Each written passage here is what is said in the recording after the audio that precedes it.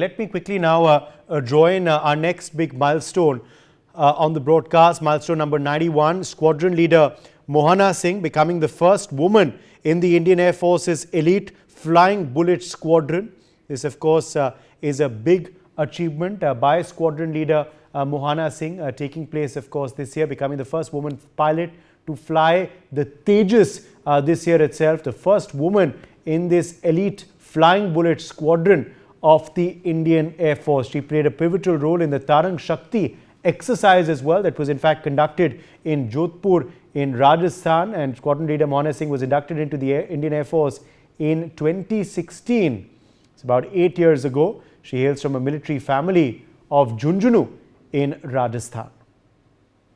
Well, she's also previously flown the MiG-21 as well. Yes, Joyita Basu coming in on this big achievement. I would see this at two levels. First of all, India is the country, it has the highest number of women pilots in the world. If you look at it, I'm talking about commercial airlines, of course. I think 12% of Indian commercial pilots are Indian women. Now, so it is, flying as a career, women are taking it up, which is commendable. And at the other level, what I'm going to talk about is the resistance to women participation in combat. Because when somebody becomes a pilot like this, pilot of a fighter jet, so obviously we are talking about combat situations.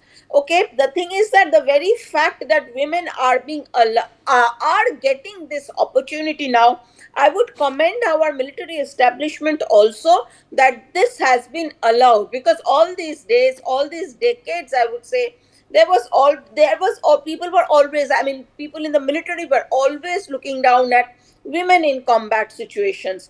I'm glad, but this is very common in the West, in particularly the US and I would say UK.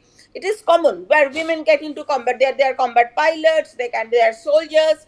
Now that this is happening in India also, I think it's a huge progress.